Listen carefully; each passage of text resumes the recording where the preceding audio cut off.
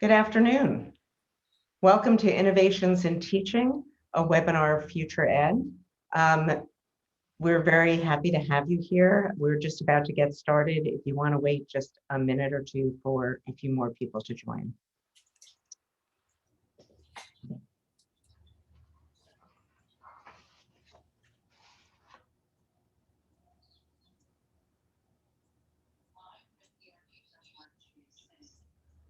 Great, we'll get started. As all of you know, the pandemic forced 50 million students and more than 3 million teachers out of their classrooms almost overnight, requiring them to abandon in-person instruction for remote learning with virtually no warning and minimal preparation. What we've seen over the past year is an incredible scramble to meet the needs of students and teachers, often under very difficult circumstances. And we're really happy to be joined here today by people in schools who have innovated with staffing and scheduling during this difficult period in order to better meet the needs of both students and teachers and to really make the best use of the people talent in their buildings. We want to talk about what they did, how they did it, the barriers that they addressed, and also how to sustain these innovations post-pandemic. So rather than go through all the panelists, I will let them introduce themselves briefly as I ask them questions. You should feel free to add questions of your own into the Q&A. And we will try to address them as we go through this panel. So Victoria, I would like to start with you. Tell me about how in Indianapolis extended the reach of excellent teachers to provide more support for students and other educators during the shift to remote instruction. And start by introducing yourself briefly. Hi, good afternoon. My name is Victoria Dinkins, and I am the Senior Coordinator for Opportunity Culture for Indianapolis Public Schools. And the school that we will highlight today is Brookside Elementary. It's a K-6 school, and they use the Opportunity Culture model to build capacity for teaching staff. And so just a quick 30-second overview of Opportunity Culture is where we find high-performing teachers, and it becomes a distributed leadership model. And so they become multi-classroom leaders, therefore leading and supporting other classroom teachers within the building to ultimately reach the excellence to ensure that students are receiving high quality instruction. And so in utilizing that model, the major shift that Mr. Baugh, the principal of Brookside, did was changing the master schedule to create a situation where all adults had access to children. And so in this shift, making it where we had counselors and social workers and classroom assistants, they all became a part of the teaching schedule so that students had access to small group instruction. That's great. And Felicia, I know you also made use of teaching teams and also adapted your schedule during this period to really provide more time for teachers to plan together. Could you talk a little bit about what you did at Lander Elementary School? Correct, yes. My name is Felicia Evans. I'm the principal at Lander Elementary School, and we're a suburban district just outside of the Cleveland area. My school is a Title I school that's pretty diverse and linguistically and socially, economically, and culturally as well. And we, similar to Victoria, kind of going into this school year, knew that we needed to make some changes in regards to our schedule and the way in which we approached teaching and learning. So one of the biggest things we did is we previously ran a very traditional elementary schedule where students would go to their specials and they'd have like a traditional 45-minute special a day. But we knew that that type of movement in a pandemic environment was not going to be the best for the health and safety, of our children. We also knew coming into the school year that we were going to be teaching in a completely different way, a brand new model. And we knew that would take time for our teachers to really collaborate, for our PLCs to work together. So we kind of took those two issues and made one solution out of them. So we basically took our specials class and made a specials day out of it. So now we have one special a day. So I work K-5, so I have 6th grade levels. And so a grade level will have specials for the whole entire day. Then they will not have specials again for another 6th day. But what that allows us to do is the specialists are responsible for the children on that day and teaching and learning that day, while their classroom teachers are then engaged in professional development and professional learning communities for an entire day. So it solved 2 issues. It solved kind of that idea of too much movement in the day, but it also allowed some very significant planning time every 6 days for our PLCs to come together and work. And so it sort of created this like short cycle of iteration where we create instruction, we then employ that instruction, and then we have the chance 6 days later to kind of reflect on that instruction and make tweaks. So it has so far really been successful for us. And Neelish, I know that you've also used a sort of rapid planning cycle in your school, and your school's unusual in that it was a year-round school even before the pandemic. So would love you to tell us a little bit about what the structure was and then how you really leveraged that structure to change how you were serving students during COVID. Sure. So my name is Neelish Patel. I'm the Director of Teaching and Learning here at Kairos Academies. We're a diverse by design 6th and 7th grade school right now, but next year we're expanding to be 5 through 8 and eventually, hopefully K through 12 in the long term. So foundational to our school model is this idea of year-round schooling. It started by wanting to combat this idea of summer learning loss, right? So we'll have these 5-week cycles of really intense teaching and learning, and then 2 weeks off, 1 week off for everybody, and then 1 week of just teachers in the building. But part of that design, what we ended up seeing is that it actually allowed us for like really rapid sets of iteration throughout the entire school year. So we weren't held by this constraint of just like changing things for the next school year. We were actually able to change things pretty rapidly every 5 weeks to figure out what did we do last cycle that didn't work out so well, what was really awesome, and what can we change going forward to best support our students as individuals.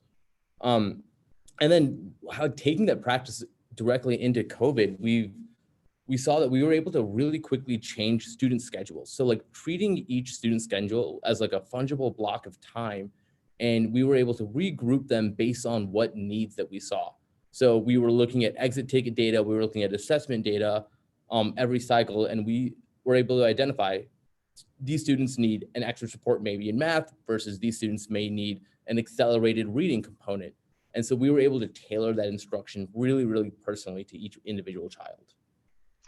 And I know that all of you have really used lead teachers as you have thought about how to innovate within your schools. I'd love each of you just to talk about like what's the role of those lead teachers and what's the importance of their work, particularly during this pandemic year.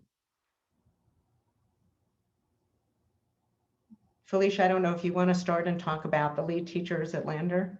Yeah, so we have a lead teacher at each grade level, as well as a lead teacher for our specialist team.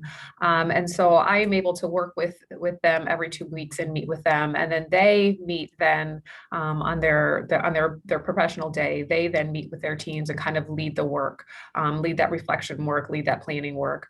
And so it really has kind of taken and distributed the leadership, I think, similar to what Victoria was saying, and really kind of taken our leadership team and made it bigger and made us, able to kind of really build a collaborative approach to this. That's not necessarily top down. It's, it's really kind of empowered with the teachers making the decisions on what their day-to-day instruction looks like and what types of way that they need to change their instruction.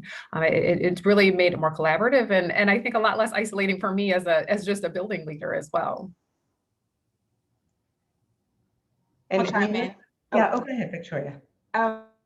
So at Brookside, they have multi-classroom leaders. So these are our teacher leaders that are assigned to support grade levels. And so very similar to with Felicia's school, in our model, we were able to have like consistent co-teaching going on in classrooms. So for every teacher, there was at least 2 other teachers or 2 other staff members or adults in the room to help support the learning. So potentially in a grade level with first grade, if you had 3 first grade teachers, 1 was a multi-classroom leader and the other 2 were teachers. And so that multi-classroom leader had the ability to teach and lead a lesson that allows the other teachers to observe and to be able to see best practices in action. But it also allowed the multi-classroom leader to observe the teachers teach and be able to provide that on-demand feedback and support consistently during virtual learning. Yeah, I wanted to jump off something that you both were talking about. This idea that the teachers, like the boots on the ground, are the ones that know best, right? They're the ones that are interacting with kids every single day. They identify problems, they can identify solutions much better than a higher level administrator can. So like bringing them into that model, bring them into that conversation is really, really important. And what's led to a lot of success. So like part of our iteration is every cycle we're having those meetings. Teachers are meeting with one another, they're meeting with administrators, and we're all working together to figure out what is the next right step. And David, I want to thank, first of all, Education Resource Strategies and EducationCounsel for co-hosting this webinar with Future Ed. You've also been looking at innovations in schools across the country and really have thought about sort of 5 strategies that you're seeing. I wonder if you could briefly describe those before we sort of launch into the next round of questions. Yeah, absolutely. And thanks for having us. I'm David Rosenberg, a partner from Education Resource Strategies, and we're a nonprofit organization that works with leaders of large urban districts on how to organize people, time, and money to ensure kids can be successful in every school. And I think we're seeing examples of that with these leaders today.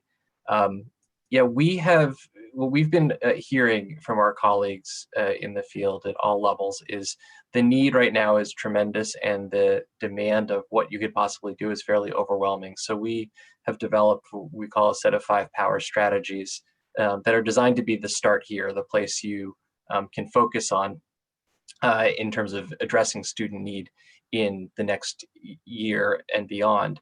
And those are, first, ensuring you have empowering, adaptable instruction with just-in-time support. Secondly, expanding time and attention. Third, which is the main focus of our conversation here, is rethinking teaching roles and the teaching job. Fourth, really thinking about how do we create more stronger relationships and support for students, between students and adults in the building. And the fifth is around family collaboration and community partnership. And all of the pieces of this are grounded in research, focused on what students need right now. I think what we're seeing here today are some really tremendous examples of really rethinking what teaching can be, and therefore how that changes the student experience. I'll also just say, I think we all collectively over the last now 363 days or so have learned a ton about different ways to think about how we organize people and time in our schools, often by necessity. And so this is an interesting moment. Neelish, I'd love you to talk about the navigator role at Kairos, because I think it really speaks to that issue of both building student relationships and really rethinking sort of the roles and responsibilities of staff within the building, and takes it a bit beyond what sort of traditionally people think of as just a morning advisory role. So could you describe the navigator role a little bit and how that works? Sure, absolutely. So that in that navigator role, you have a pod basically of like 5 to 10 kids. And what's really important here is that every single adult in the building has a pod. So everyone from the CEO to the operations team, every single teacher has that pod of 5 to 10 kids where they know those students inside and out. We're like kind of considered their like at school parent. So we know everything about their academics. We're meeting with them like 3 times a week to set goals, to work on these executive functioning skills that aren't necessarily hit in the classroom. So that might be like goal setting, backwards planning, time management, study skills, any of those things that are going to really help them be successful, not only as students, but as college students or as adults in the workplace in general. And does a teacher stay with those students just for a year or for their entire time at the school? They're going to stay with them for the entire time at the school. So like we're like going up with the students, and we know their families inside and out, and we're like a main point of contact. That way we can also increase in family engagement as well. So families are able to stay engaged through the school, through updates with their coach. And we get to know the students incredibly, incredibly well. Yeah, I'm curious for all of you, as you have flexed both the staffing models and the scheduling models at your schools, What benefits have you seen for students and what benefits have you seen for teachers? I think there was a question in the chat, which I can kind of speak to, which ended up being a benefit for teachers. The question was just about, how did the specials teachers receive, having that one grade level all day? They were very concerned at first. They were concerned about not seeing the children enough. But what ended up happening was they were able to go deeper with their content. So instead of teaching literally 6 preps a day, right, 6 different grade levels a day, now they just teach 1 grade level. It's the same content, and they can go deeper with those children that they have all day long. So that then ended up being a benefit for the staff, but also being a benefit, for the students. And we've just seen relationships with the actual classroom teacher develop. So one thing that also went along with the schedule is that our teachers also do lunch and recess with the students then, because we moved their teacher lunch to the complete end of the day. So they have their lunch, once the students are gone. And so we've seen this dynamic where, office referrals are down, children's behavior is so much better. They feel safer coming to the school. They feel like they have this adult that they're connecting with. They don't feel as much as they're on like this hamster wheel of running and switching and going back and forth. And the teachers, I think, feel really very much that same way. And the other piece of this is, we think about teacher leadership and we think about teacher ownership and teacher empowerment. We found that the people that are in the best position to make the decision about what a child needs is the person that's with him all day. And so it's that idea of building the trust and understanding that the teacher voice is very important, in the decisions that we're going to make day to day for children. And Felicia, you've done some very strategic teaming of teachers as well, haven't you, during this period? Could you talk about that a little bit? Yeah, so we knew that we were going to have a brand new teacher coming in who had never taught before. We also knew that we had a 3rd grade class, which was a bubble. So we had more students. We also knew that we were not going to be able to fit as many children into our smaller classrooms. So, and we also knew that we weren't going to have lunch like we normally do. So we kind of took all those things and made one solution out of that, out of those multiple problems. So we ended up taking one of our teacher leaders, pairing her with the brand new teacher and also with a student teacher in our lunchroom with a larger group of students. So now we have 50 3rd graders that are spaced out, socially distant in our lunchroom, but they're with a veteran teacher, a brand new teacher, and also a student teacher. And so that dynamic there of having a student teacher and a brand new teacher learning from a veteran teacher has been really, really beneficial. And I think we've seen more growth out of the skills of the student teacher and the brand new teacher because of being able to be paired, all day long with a really veteran teacher leader. And I'm curious for each of you, as you made these shifts in staffing and schedules, what were the biggest challenges you had to overcome?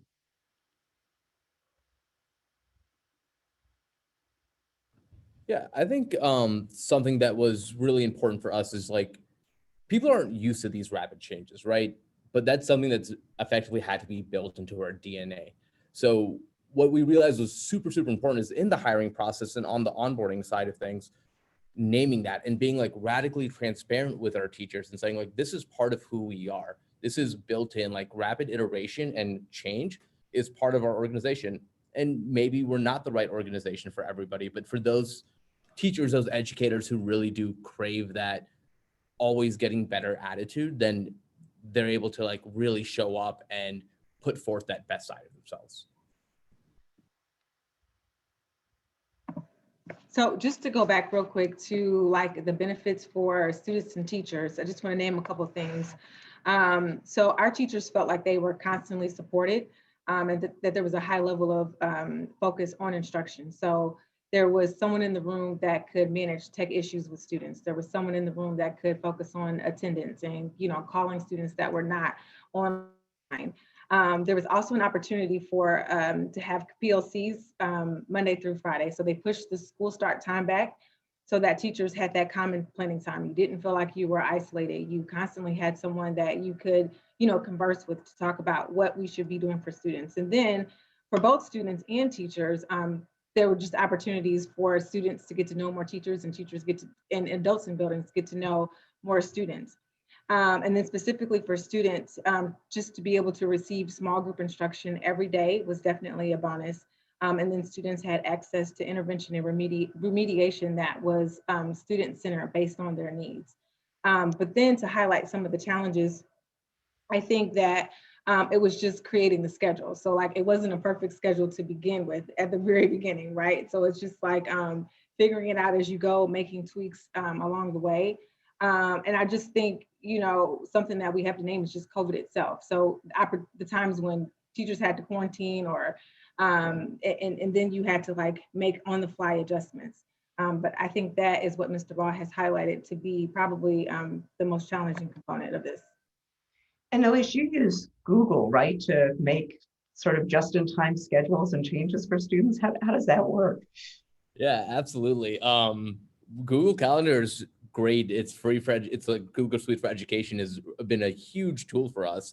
So like every kid has their entire weekly schedule set up on their calendar, and they know that, let me check my calendar. Let's see what I have going on today. What's my next class? What are my goals for the week? Even are posted on the calendar. So they're really like utilizing this technology in a way that's really efficient for them. I mean, personally, I know that I would be lost without my Google Calendar, and we're helping kids. Part of that is like time management and understanding how to keep track of their deadlines with all these like plethora of online tools that we have. So, you know, I wondered, Felicia and Victoria, for you especially, did the changes you made in either staff roles and responsibilities or scheduling require changes to your labor management contracts? And if so, what did you need to change, and how did you work that out with your unions? Yeah, for us, it did require a memorandum of understanding with our union. So our teacher leadership roles existed a year prior to this. So we knew last spring going into this that the teacher leaders were going to be the ones at the table that were helping us kind of design what this looked like initially. So we started from the beginning, building in the teacher buy-in and working with the teacher leaders to create the schedule. And then we sent out some surveys, talked about priorities, and then, you know, went to a vote basically from there.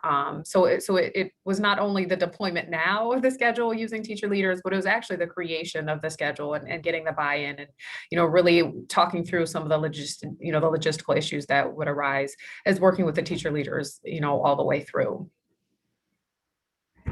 For us, it did not, because we are in the 6th year of using opportunity culture. It was a framework that was already in place. The multi-classroom leaders had already been in place, I'd say 4 of them for the past 2 or 3 years. So it did not.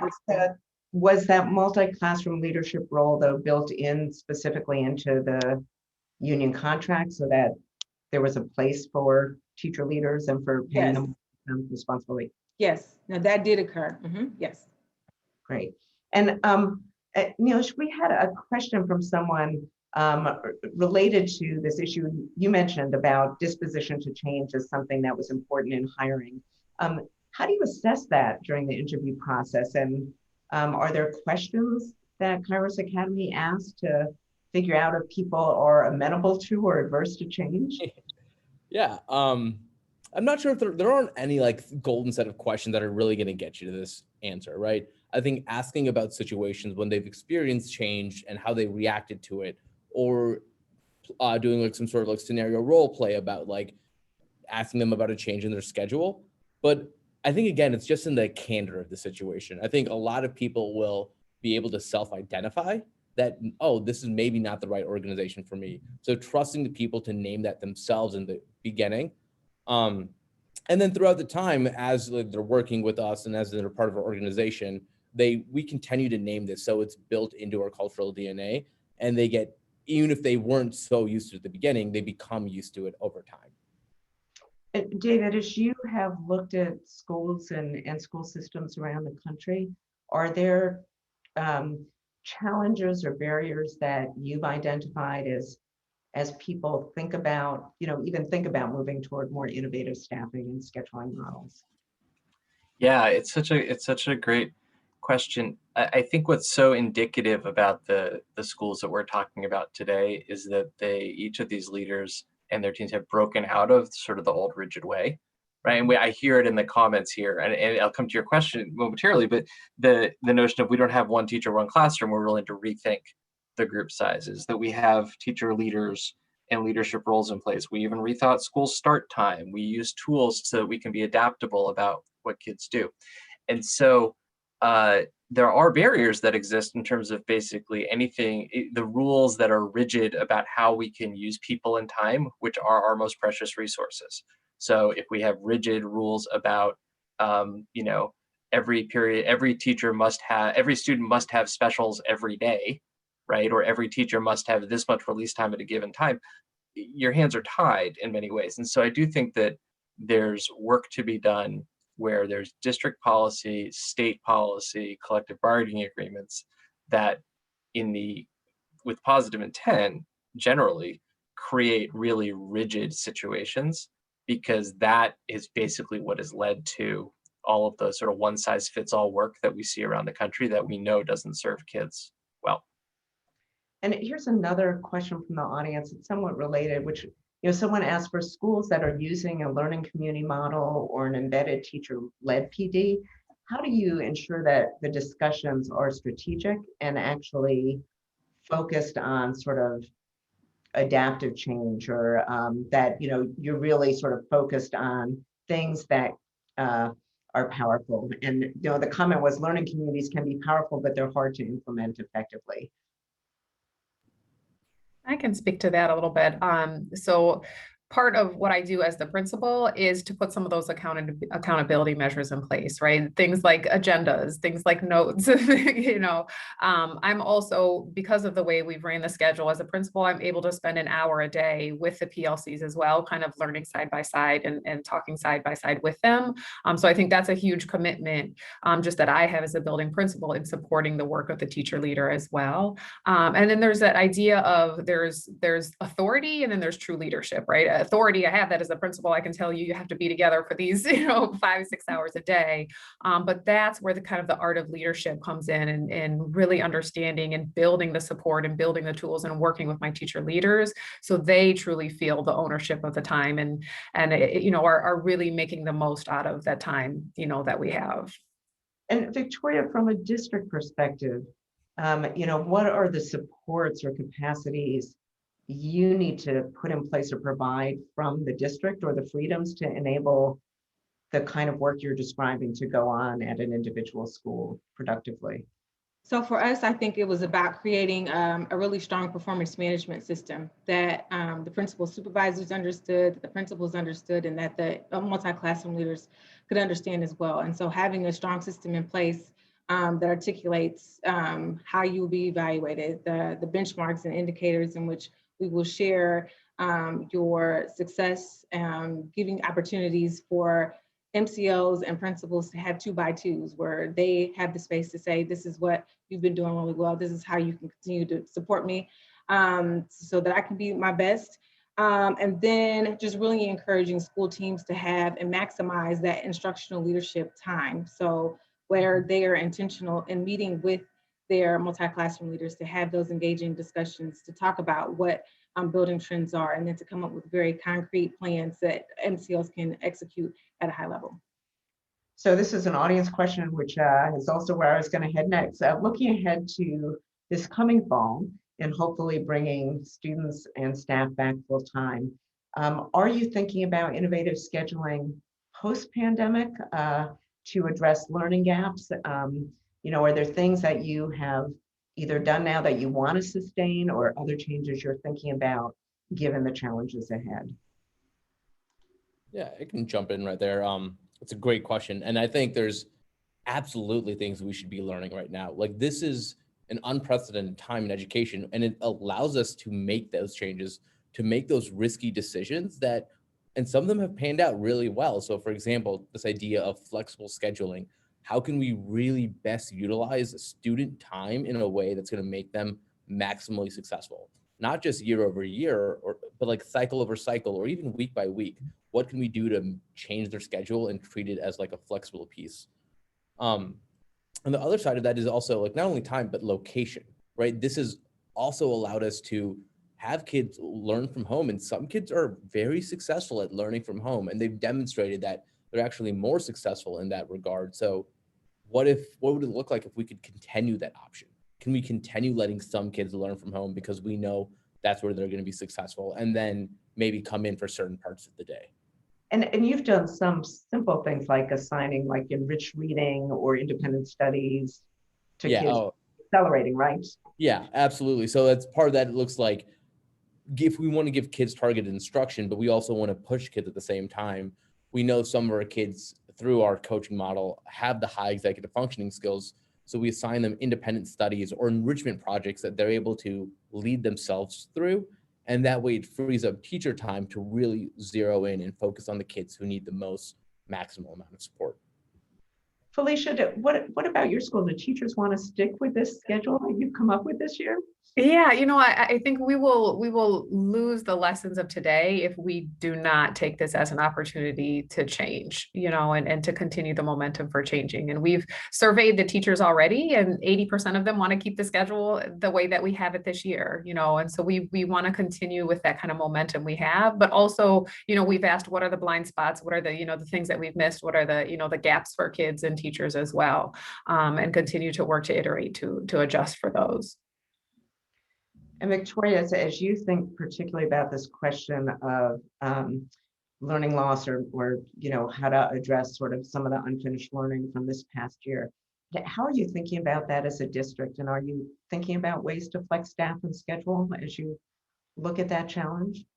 We are. So summer school is definitely a conversation in which we're trying to figure out how can we maximize that space in the summer, but also going into the school year as well. Again, just like everyone has mentioned, taking away what has worked really well, what we can make applicable to next school year.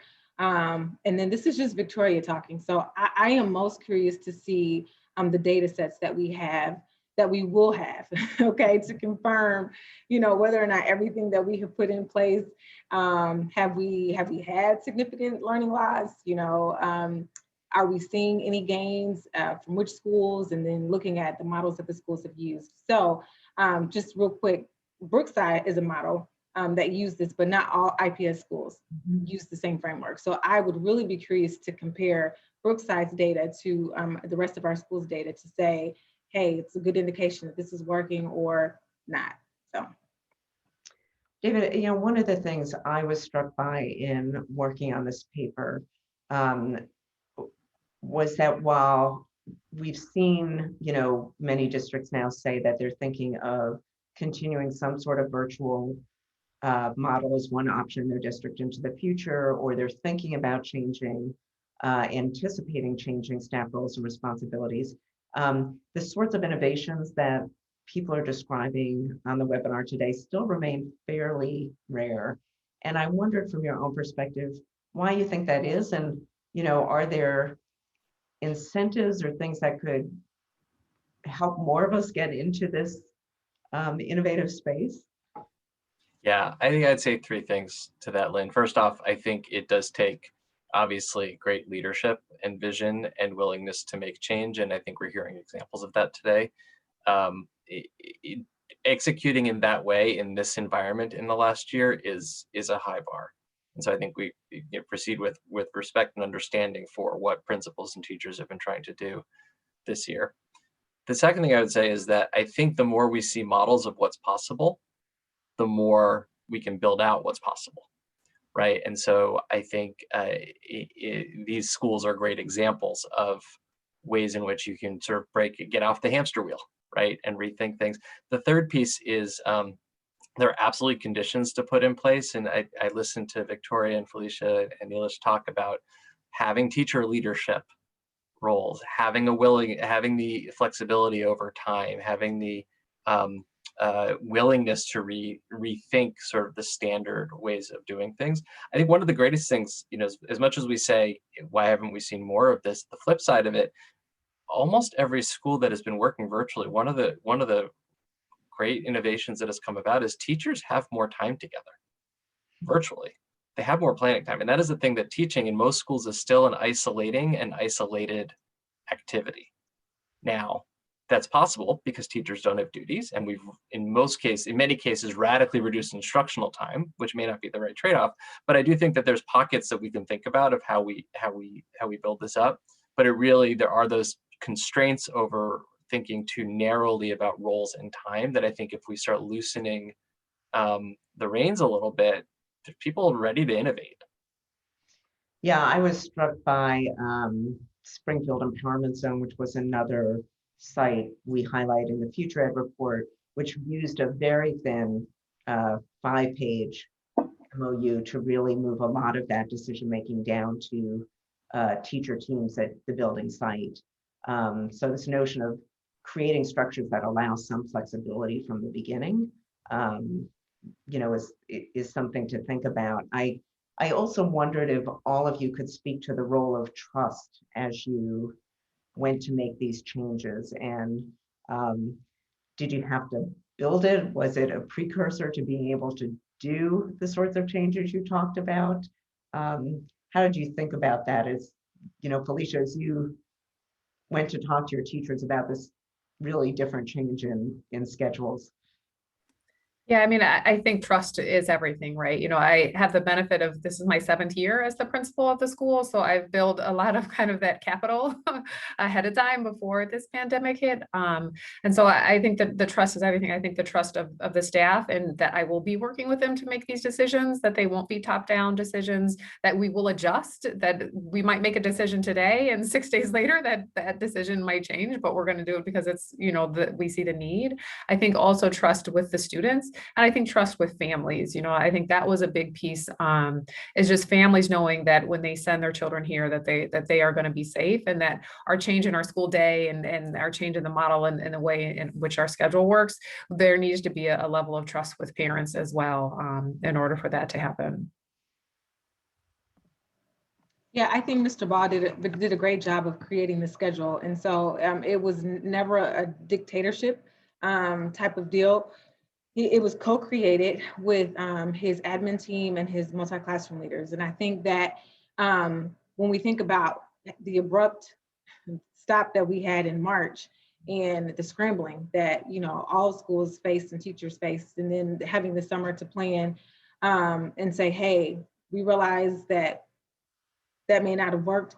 Here's another idea, sharing it, having that buy-in, and again, being intentional and having like a co-creation of it, just built trust and credibility with the teachers and staff. Yeah, I would totally agree. I think it's just universal trust. Like, it goes both directions. So like when you solicit more input and when you solicit that feedback, so from the teachers feel like they have say in the schedule and they're able to give a little bit of themselves. So they trust that you're able to build that in. And same with families, getting family input and like understanding what are the family needs during this time as well, right?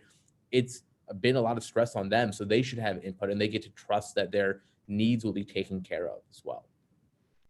And how did you all think about professional development? Did you intentionally sort of identify professional development courses that would be needed to help teachers and staff during this period? How do you think about it going forward as you think about what teachers will need this coming school year? I think we put a lot of trust in like, who are the teachers that are in front of our kids right now? And they're the ones that should be like dictating either if they need professional development or they should be saying, this is actually the best practice, right? Nobody has a better context on our school than the teachers, right? So we should be hearing their voice and pushing their voice forward the most, as opposed to like other maybe outside organizations who don't understand us as well. And we have a really personalized approach to professional development. So I like to think about more in thinking about research and what strategies work rather than some type of like generic professional development model or relying on some type of, program. So we focused on John Hattie's strategies and tried to think, okay, making learning intentions clear. What does that look like in a remote learning environment? What does that look like in a blended learning environment? And so it's kind of taking, what we know about best practice in educational research and really applying those to the here and now in the classroom. And that's kind of where we kind of build our professional development and dialogue and work with teachers around that. Our district, we provide, I guess you can say, like maybe 3 levels of professional development. So there are sessions that are specific for principals, there are sessions that are specific for coaches, and then there are sessions and opportunities that are specific for teachers. And with the district our size, it's ever changing. So like while our focus may be something in August, in January, we may look at student data after classroom, walkthroughs and learning walks. We may shift to a different focus, but I would like to think that we are all student-centered and focused when it comes to identifying needs for our teachers. And Lynn, I would just plus one something that we're hearing across the schools here, which echoes what we know from schools and systems where professional development, professional learning strategy is an engine for change and for improvement. The work is job embedded. Having the third parties to courses and the access to knowledge is crucial, but just as it is for most adults in our learning, right? The work being job embedded, to have the time for study and reflection together, to have the time to think about the work itself, not just to talk conceptually about teaching, but how are we going to work with this curriculum and what's the expertise we can bring into this room to help us? That is universal.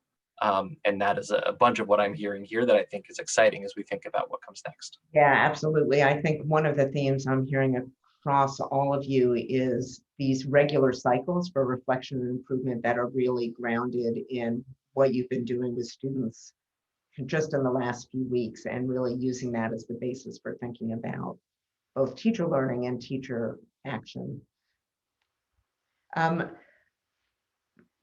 Neelish, can you talk about your own role as a teacher leader? Like how has that changed what you do compared to when you were a science teacher, and what are the skills that you've needed to bring to that role?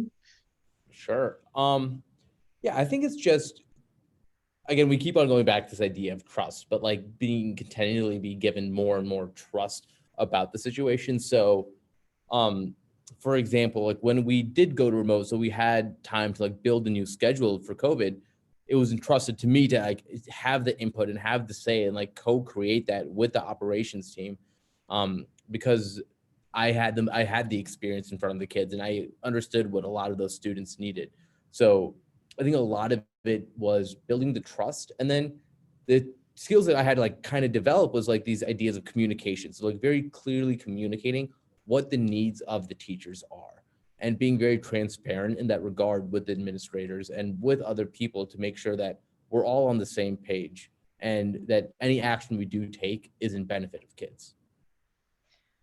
And David and Victoria, I know that another obstacle, that comes up is just the notion of budgets, right? And, can I make changes when I don't know what my budget is going to be for the coming school year?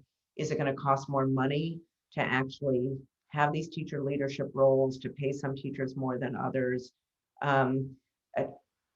What's your advice in terms of how systems should think about budgets and costs and doing these things? Yeah, I would start, and Victoria, definitely interested in your take too. I would start just by saying some of the usual rules apply, which is you can do anything, but you can't do everything. We are broken records about this at ERS, and so really thinking about what are the things you're investing in. And I think one of the most common things that happens in schools and systems is we think we don't make a decision, which is basically a decision to do what we did before, right? And so being very conscious about that is helpful. I think we're in a really fortunate and interesting place where the infusions of federal funds coming into many of our systems are massive and in most cases far outweigh potential impact of enrollment decline or even inflationary costs if your states are not holding districts harmless for enrollment decline or filling in those gaps. So the resources in the near term in many cases are there. I think the real challenge we have is how do we use those resources in ways that change the cost structure long term, right? So it's one thing to add resources to pay for a leadership role or to add resources to bring new people into school. But if you wake up in 3 years and the funding's gone, are we just going to roll that back? Or can we use those resources in a way that actually says either we're standing up a model alongside the old way that we're then going to shift to, or more likely we're using this as a chance to start making the trade-offs that allow us to wake up in 3 years and say, no, what we do are multi-leader classrooms or multi-classroom leaders, right? What we do is flexibility around a grouping. That's how we work. Well, and I know that the opportunity culture has been very explicit about the fact that schools should not use sort of one-time funds to create these roles that are then going to go away when the grant goes away, but really use sort of unfilled vacancies and changing some of the out of classroom roles that aren't for special education or bilingual students, to really try to pay for those roles out of existing budgets. Victoria, how do you think about this from a system perspective?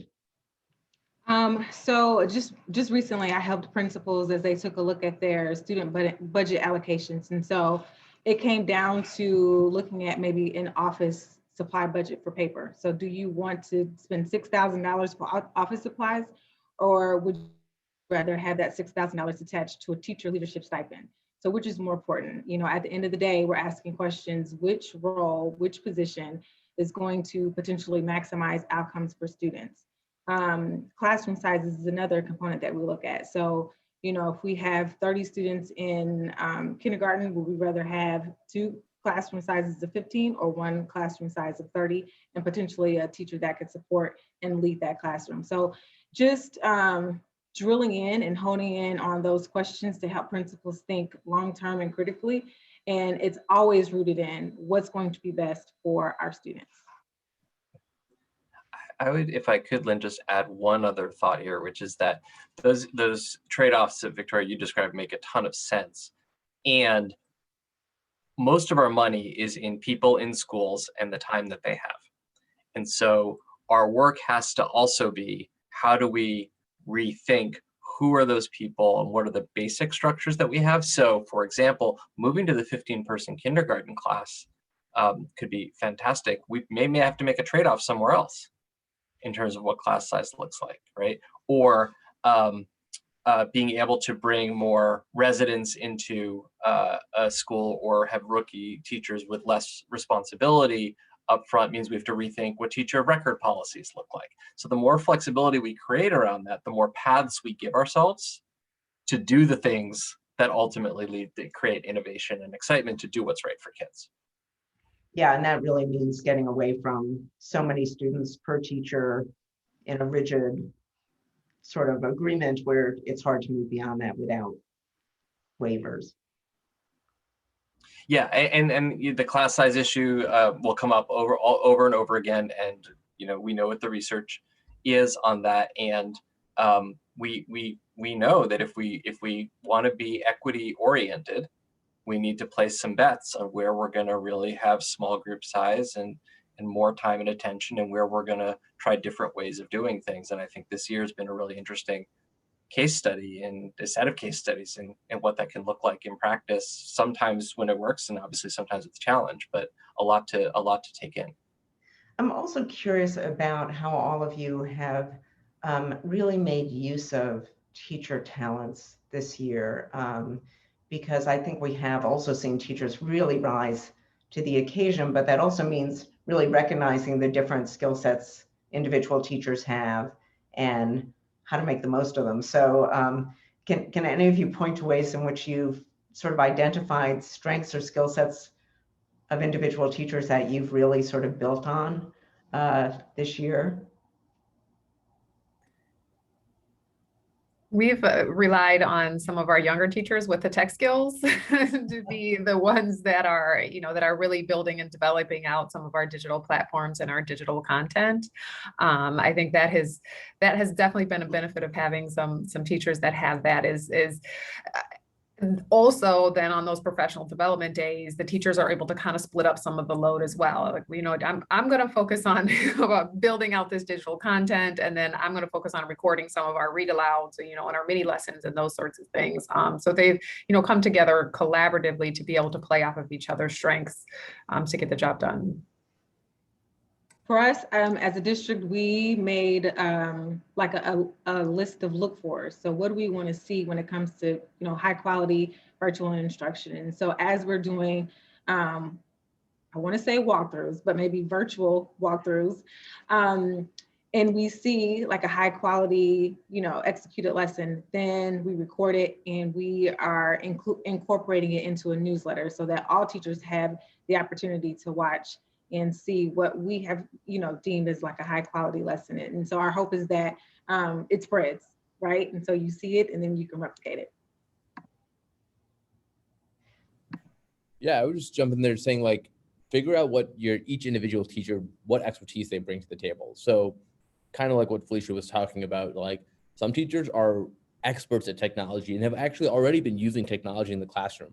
Let's figure out who they are and leverage their knowledge during these professional development times to figure out like, what are those resources that already exist on the internet that we can use to make our instruction even better.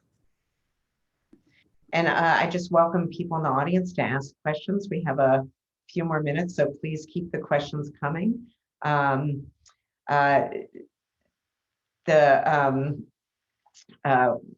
thing that I heard from the Springfield Empowerment Zone as well was that they had their principals really strategically look at the staff in their buildings and ask, who's a certified math teacher, but who also is bilingual?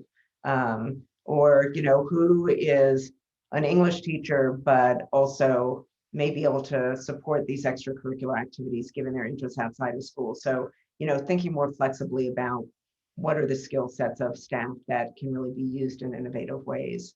As people are listening to this, what would your advice be for a principal or a district leader or a teacher who's thinking, boy, this sounds great, but like, where do I start in my own setting? What would you advise?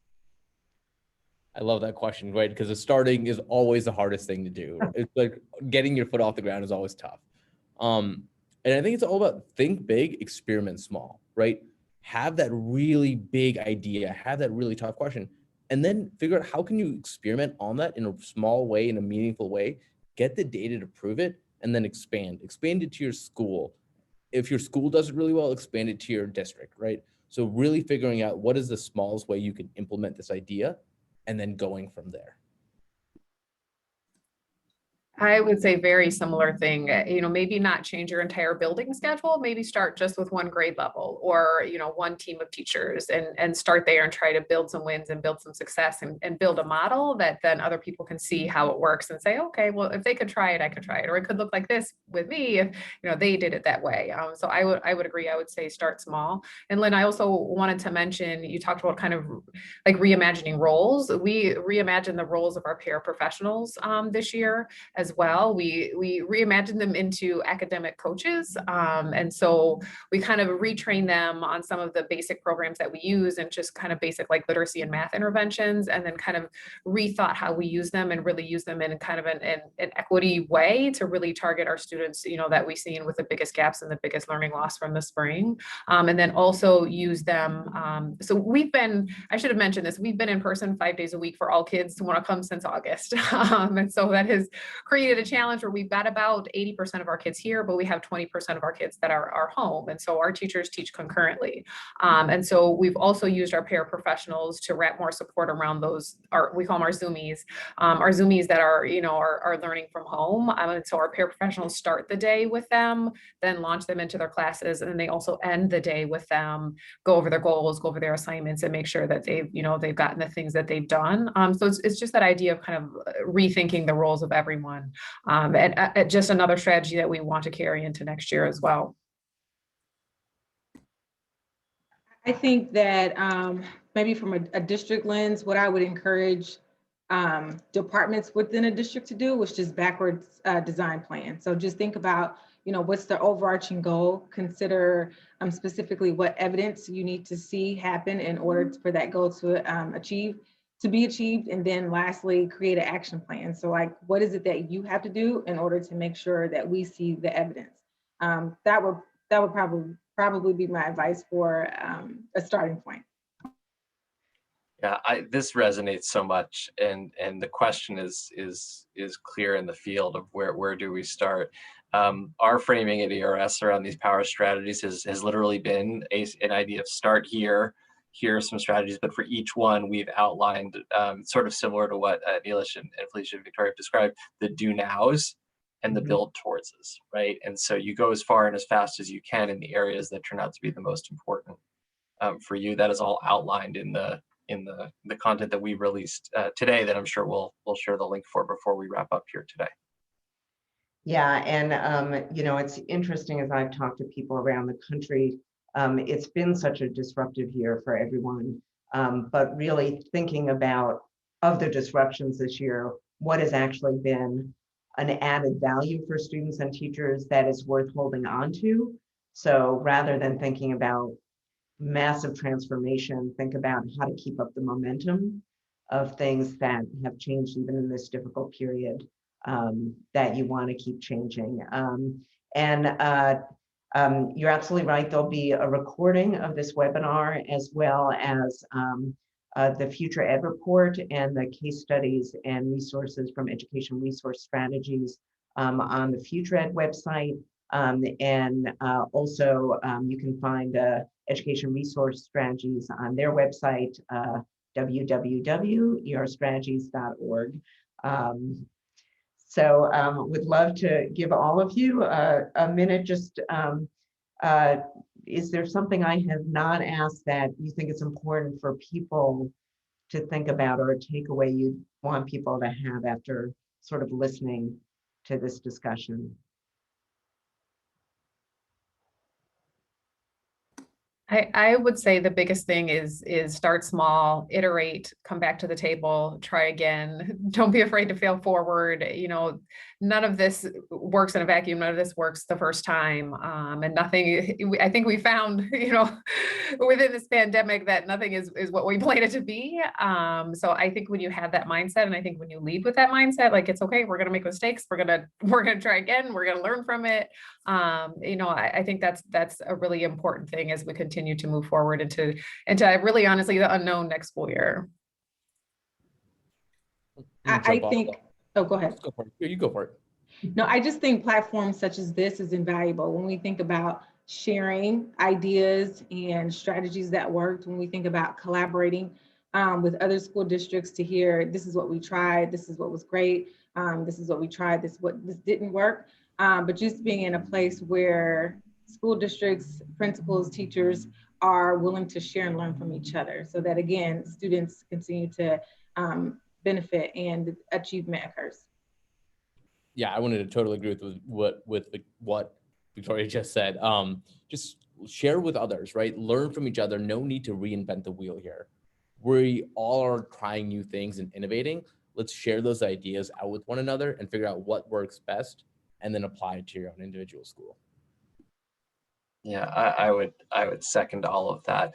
The door is open to do things differently, because we know in the last year that is what we have had to figure out. We're going to be able to do it without the constraints that folks have been managing from a health and economic and educational standpoint. So if we think about what we want to be possible, it's a moment where the shifts in resources, the shifts in policy and practice are available to us in many cases, far beyond what we thought was available in many places a year ago. And so it's just, we don't like to think about, this year has not been a net positive in the world and in our lives, but there are absolutely some learning and assets that we can draw from this that can be a springboard to what we go build towards next. And we're really excited about the potential of what's there. Yeah, and I think, as we all have such a desire, I know I do personally, to get back to quote unquote normal. And I think recognizing that there was a lot normal about schooling as we've traditionally done it that was perhaps not effective for teachers and students, and ways and opportunities given the pandemic to really start to rethink some of that. I really want to thank all of you for participating in this. It has been extremely informative for me, and I hope for our audience. Again, encourage you to go to the Future Ed website, where you'll find both the Teaching Innovations Report, the Education Resource Strategies, links and materials, and a recording of this webinar. So with that, thank you all very much. Greatly appreciate your time.